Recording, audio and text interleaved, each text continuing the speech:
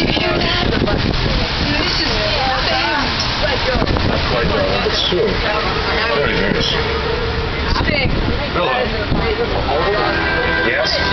Let me bottle of champagne sent to the room at once. And make sure that we are not disturbed for any reason.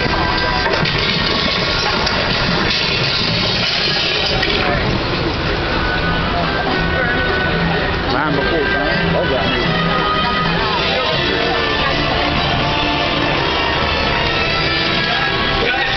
music. That was great. All right, not exactly a classic Universal film, just Jimmy Fallon having some fun there inside of Stage 20. Right now we're heading down the hill to the front lot. It houses our 28 sound stages. Inside of those stages, we can create any environment the story demands. Up ahead, a great example, Stage 12, currently home to our show, The Voice.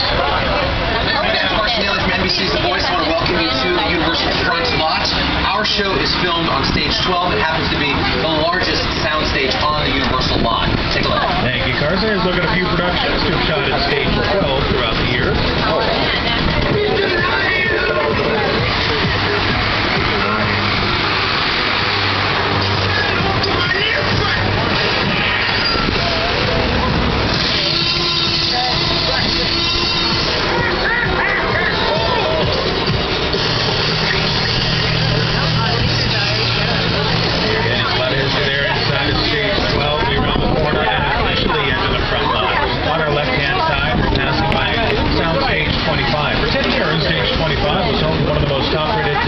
Television, CSI. Wow. Investigation, recently starring Ted Danson and Elizabeth Shue.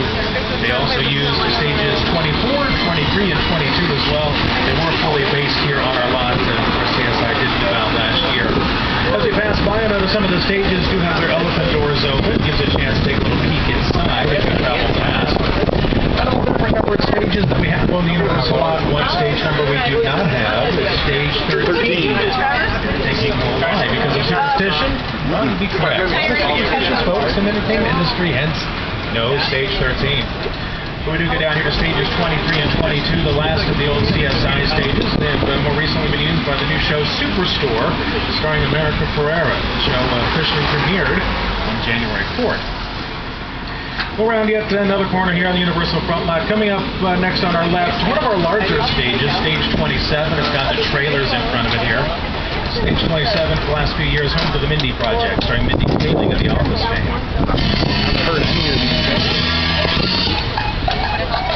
The Mindy Project is produced by Universal Television. It is currently streaming on Hulu. And at Universal, our television history with NBC dates back many years. During that time, we have produced numerous hit shows, including Saturday Night Live, ER, Friends, The Office, and many more. As you can see, the list goes on and on and on.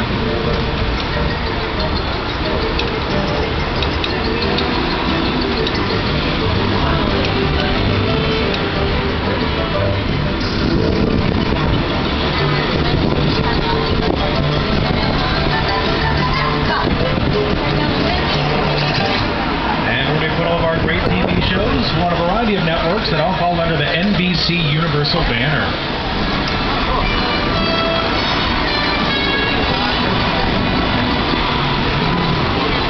Networks like NBC, E, Sci-Fi, USA, Bravo, Telemundo, the Golf Channel, CNBC, MSNBC, the Weather Channel, Oxygen, Esquire, NBC Sports, all part of NBC Universal, one of the world's largest entertainment companies. On our right is stage 44. It's the last of our frontline stages, recently used for the new show Telenovela, starring Eva Longoria. Also, over here on the left, you can say hello to Ted. Ted has his afternoon martini at the ready there. Hey, next time bring enough for everybody, Ted.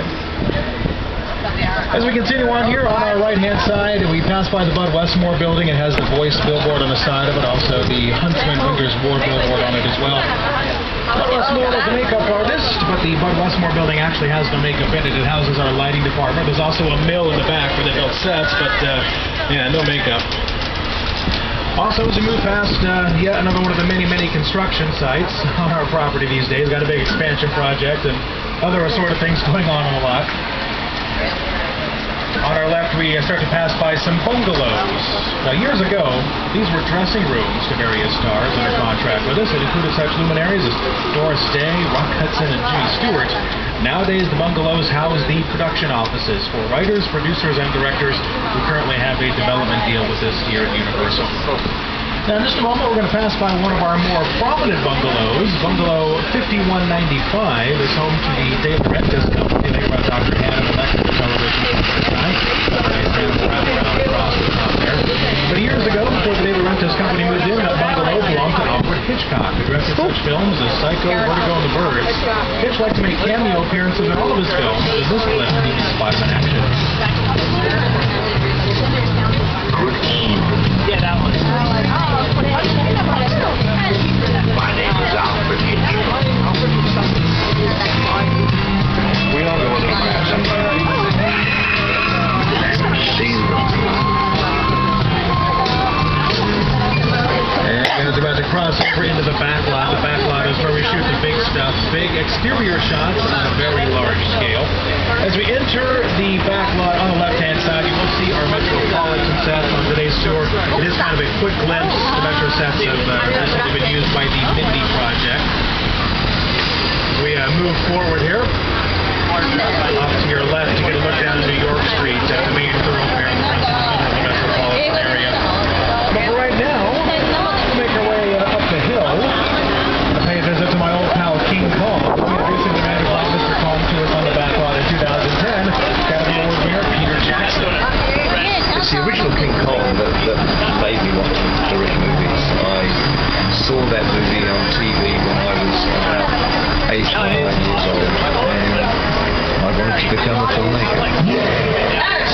I like films that just take you away from your real life and sweep you up on an adventure. Kong literally does that. I mean, you're on board a ship, you're sailing to a lost island, you're encountering monsters and creatures from, prehistoric times.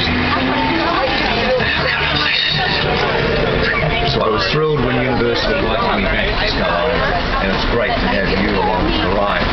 Now, we have created this 3D immersive experience, so you're going to have your glasses ready. Don't put them on yet, just put them in your hand because we're about to return to Sky.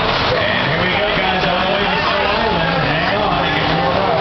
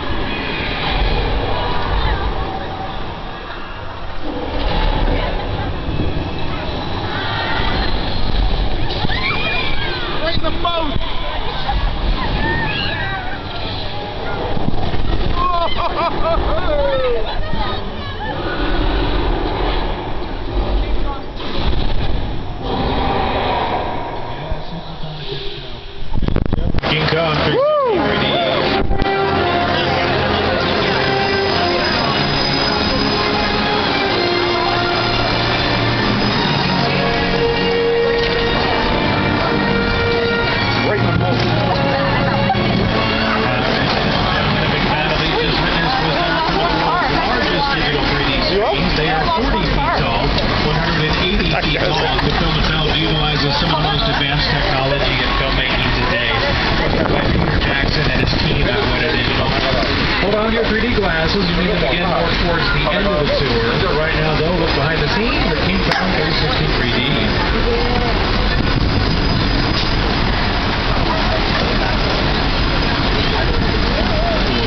The audience is in the middle of the environment.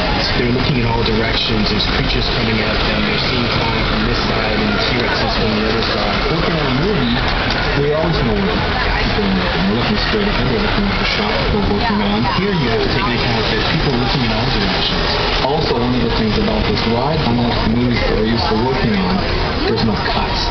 Because it's one giant shot, and this tram that's driving it along through Skull Island is where the camera's from. This ring represents where the screen is 10 meters away. We're really creating about 50 minutes of a feature film. That amount of visual information, that number of pixels, and presenting them to the audience, it's a hell of a ride.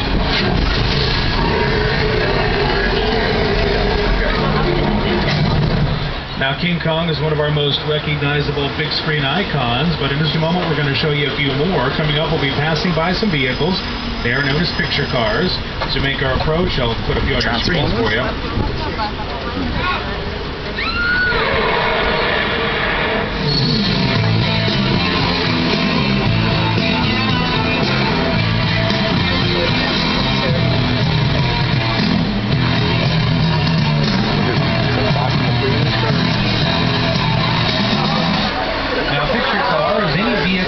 That can be seen by the camera. Some of our vehicles have become just as famous as the stars who have driven them.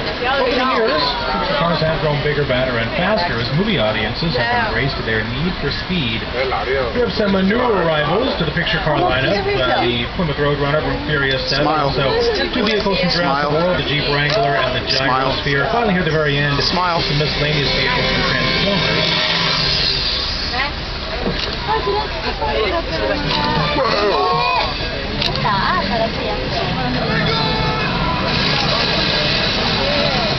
That thing better not be loaded.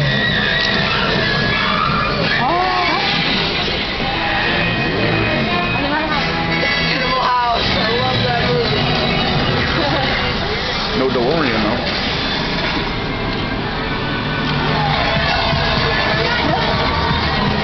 And with that, we continue on to an island off the coast of Costa Rica. Welcome to Jurassic Park. That's right, welcome to Jurassic Park. You'll see many of the set pieces and vehicles from Jurassic Park and the Lost World Jurassic Park, both of which star Jeff Goldblum. On our left-hand side, we start to pass by this big camouflage RV. It was the mobile lab unit in the Lost World Jurassic Park. In front of that is a converted Humvee with swing chairs on the side, surrounded by some dinosaurs. Also, a lot of odds and ends items through here. Food boxes, Dinocat. Wait a minute. Yeah.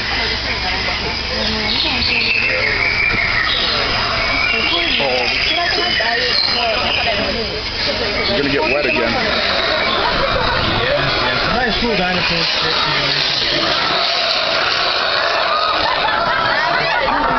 Hollywood.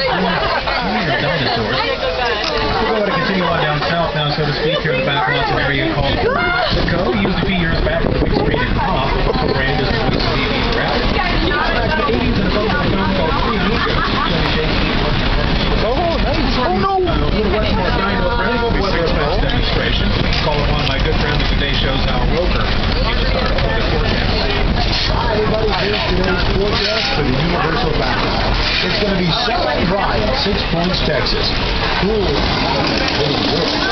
Expect snow and sleet on New York Street. Precipitation for Skull Island, Amity Island, and Island Pond. That's your forecast for today.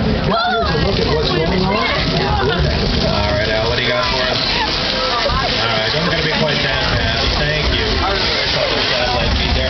Anyway, here is the weather. See some occasional lightning flashes. Also hear a little thunder, audio effect. Of course, there's your rain. Sprinklers high overhead. You go the rest of the air. The water comes right back down. They give you the illusion of rain. You make your rain a thunderstorm.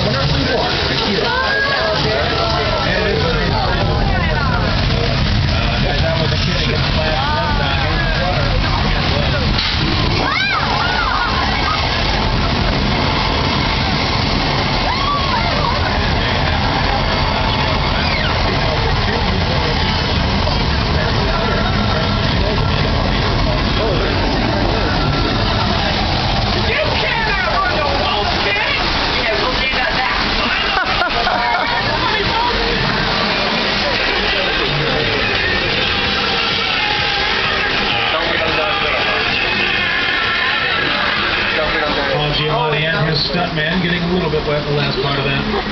We now make our exit from Old Mexico. We take a turn onto Steven Spielberg Drive.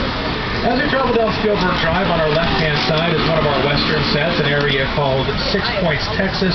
For today, some members of the New York Film Academy are shooting a few of their projects. Some of the filmmakers of tomorrow honing their craft on the Universal backlot today. Now, the area gets the name Six Points, Texas because many, many years ago, in our silent filmmaking days, we could shoot 6 different movies in there at the same time. We would just dress each street to look like a different town. Each street had its own bank, its own sheriff's station, its own saloon, and its own hotel.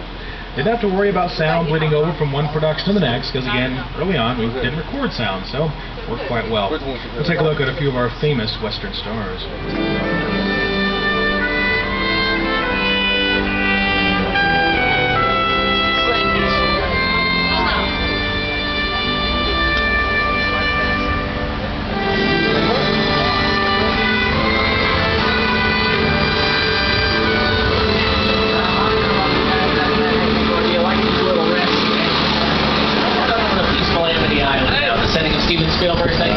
Checking out Six Points, Texas, helping us wave hello to a few of our fellow tour guests. Now, just to show you that I was not filming, I did mention that we are on Steven Spielberg Drive. It's actually a pretty lengthy street. We'll be on it a good portion of today's tour, but as we get ready to make our turn here, to the left you see the signage for it, in case you'd like a picture of that. But we're going to make our way off of Spielberg Drive. We're going to take a little turn onto Jimmy Stewart Avenue. And now on our right-hand side, we pass by a small body of water called Park Lake. Back in 1954, it portrayed part of the Black Lagoon from the creature of the Black Lagoon, one of our classic monster movies. Also in 1960, it's where Norman Bates hit a murder victim in Psycho.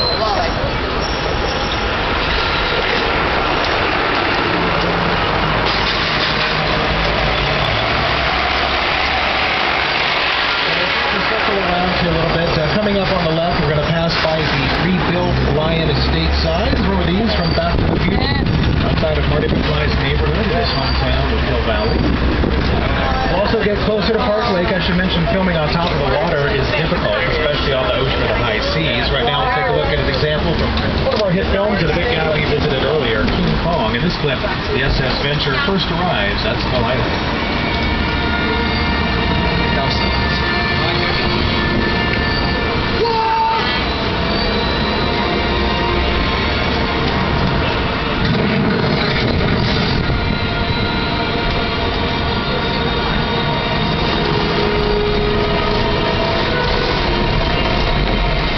Show you how we filmed that scene. A little trick up our sleeve when we did so. We used what is called a bigature, a large-scale miniature environment. The bigature used in that scene is coming up on our left. It's as large as the ship or the island ever were for the film. And here's the fun part. To get a closer look at said bigature, we're going to be traveling through some parting waters. So watch your feet and any personal items on the floor of the tram. Despite our best efforts, sometimes it can get a little damp. Usually it's fine, but just, want to play it safe. Guys, we're going to go through here is kind of an oldie but a goodie of the studio tour. The old Red Sea attraction opened up here in the back lot in the early 1970s. On the opening day, Charlton Heston himself was here to help part the water. Stood back off to the side over there with the staff and greeted the trams as they came through. Nowadays, the Red Sea attraction, a little blast from the past when checking out the King Kong picture. But we'll let the water get to an acceptable level, travel through. I'll show you some behind-the-scenes footage as to how some of the filming was done. We'd film our actors in front of a giant blue screen and then digitally composite them into bigatures, such as the one coming up. And we created over 800 bigatures for the film. Also, as we travel through, on the left will be the bigature. On the right, you'll see some of the wildlife in the back lot. Some of our friendly resident ducks like to call this area of our back lot their home a good portion of the year.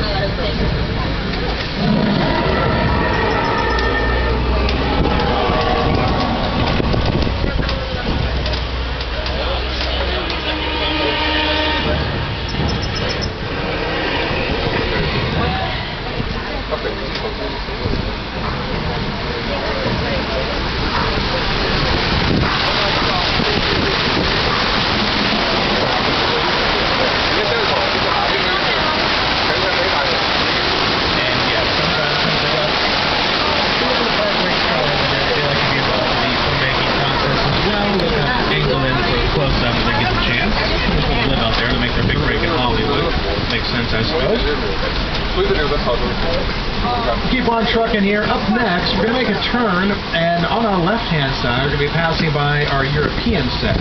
They are affectionately known as Little Europe. The first 3 Disney Pirates of the Caribbean movies with Johnny Depp, they shot a few scenes inside of Little Europe. Also note about the area, it is where a lot of our famous movie monsters got their big breaks. Back in the 1930s and 40s, guys like Frankenstein's monster, Wolfman, and Dracula prowled the streets of Little Europe in our movie monster heyday. As we pass by Little Europe in the distance on the left, an outdoor stage, a fence, and a lovely ranch-style home, all part of the setup for the Hallmark Channel show Home and Family, hosted by Mark Steinis and Christina Ferrari. They shoot out there Monday through Friday. They happen to have a catchy little tune they use for their promo. Take a look.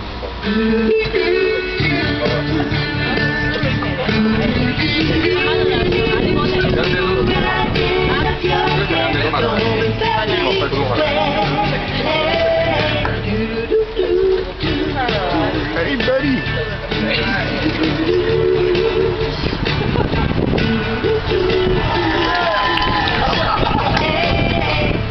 Yeah, Home and Family, one of the more accommodating shows that shoots on the lot, and they don't mind the trams kind of getting up close and personal when they are shooting a segment in the backyard. Other shows shooting on the lot, not so much. They kind of prefer that the trams keep their distance. Because of that, a lot of times the tour route does change. Sometimes it's kind of day by day, other times hour by hour, just depending on who's filming where and how close they want to allow the trams to get. Next up, gang, we're going to have a chance to head back indoors, as coming up ahead of us here is Stage 50, one of the few multi-level sound stages in the world. A few years back, used to film part of an episode of the Fox series Bones with David Boreanaz and Emily Deschanel. Let's make our way inside. We'll check out some of that footage.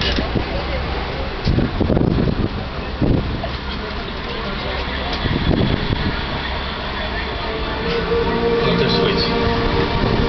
He looks very upset. Oh, I told you to stick out in his arms. That's with the FBI? Yeah, we're here about the man. That's him. Right over there. You alright? As you can see, Stage 50 is still dressed a little like a subway station, like it was in that episode of Bones. And that's because the subway setup here is about 80 or 90% permanent.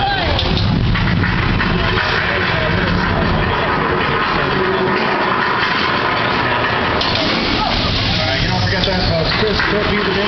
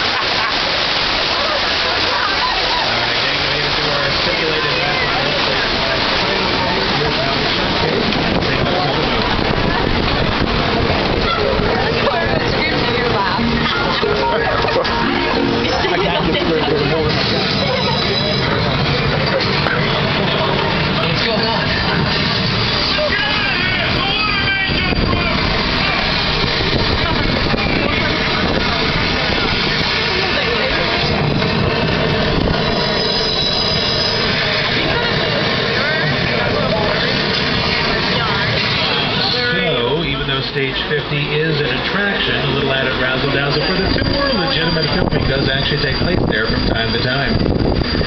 And since it is a pretty nice day, let's hit the beach at beautiful Amity Island, everyone's favorite vacation destination for the Universal Biolog.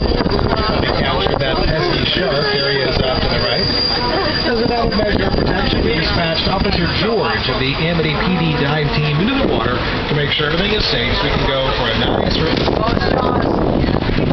guys, I might have caught the wrong shark. Look at the size of that dorsal fin. Our pal Officer George could be in big trouble. Hey, George, get out of the water, buddy. He's coming right for you. George, he's on your left, like you're, I don't know, 11 o'clock or so, or... Oh, boy. This is not going that well.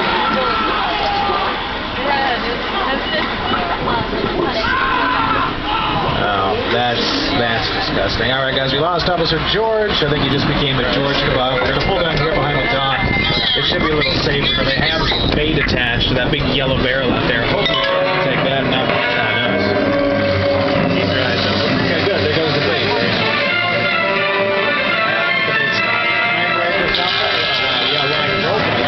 Gas line. All that precious gas. And the fine spreading. It's probably best if we just make a little course out of it. Wait a minute.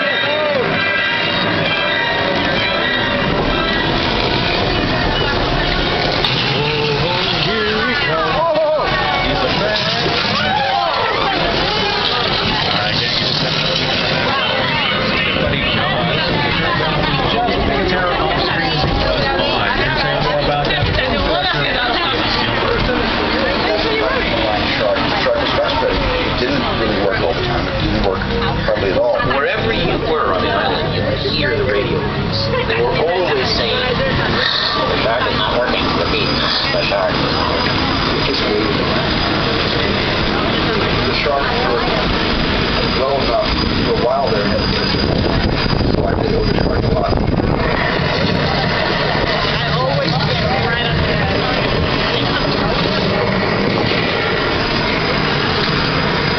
Now, guys, as we exit Gauze's lair, we're going off the microphone for a bit. Up the road a ways is Colonial Street, where that Lowe's commercial is shooting today. So, I'm going to give them a break for my voice for a bit. I'll be back with you in just a little bit.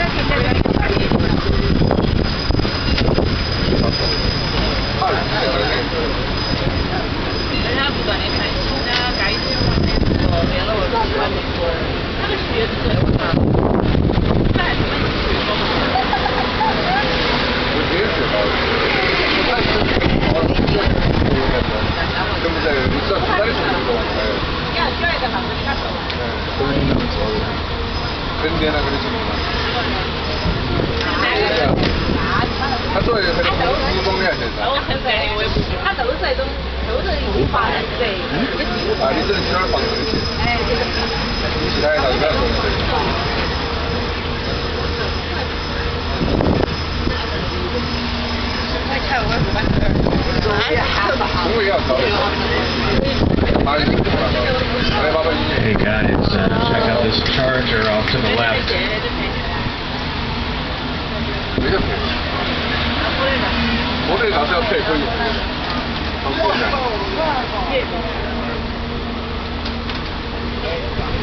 Okay, yeah, guys, that charger is not supposed to be there. That's a little suspicious. I will have to call this into security. Give me a second here.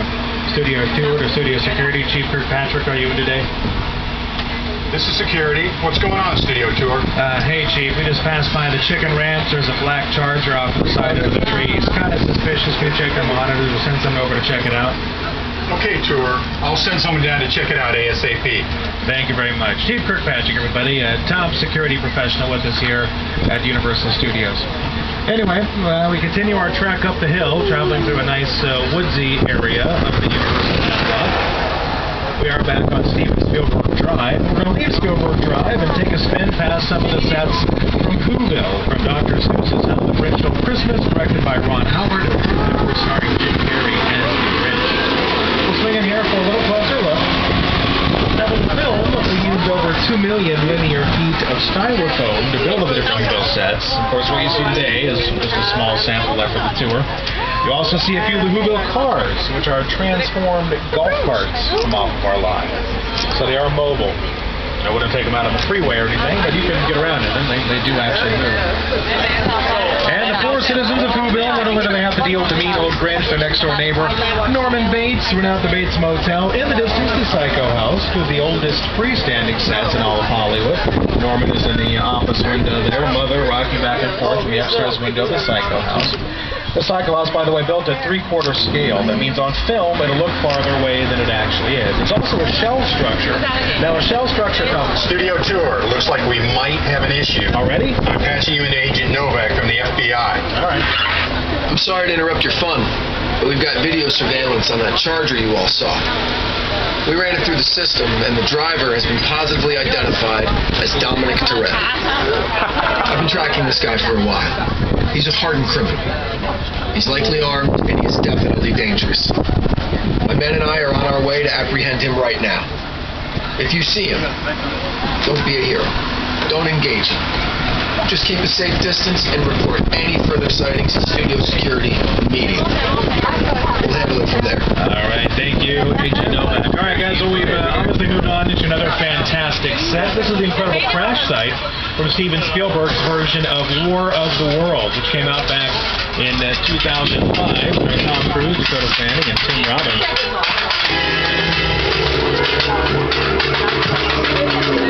The airplane crash site set is a perfect example of a set that is all designed around a vision that Steven had. When we first began to sit down to talk about the War of the World, I thought, what if the 747 goes down right in a big neighborhood? Because it's just something you don't see. You're doing good. You're doing good. That's right. I see the airplane. Listen, close your eyes, okay? Down close.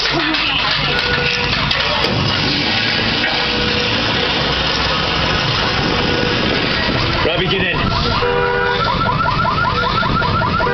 Get in. Now, as we exit the War of the Worlds crash, now we come out into an area called Falls Lake. First thing you're going to see is a giant blue backdrop, the largest freestanding backdrop in Hollywood. Here's a look at a few productions to have shot at the Falls Lake backdrop throughout the years. Starting off with Jaws the Revenge, that was part 4 of the Jaws series. Also used for Jurassic Park 3, Ang Lee's version of the Hulk, Apollo 13 for the splashdown sequence.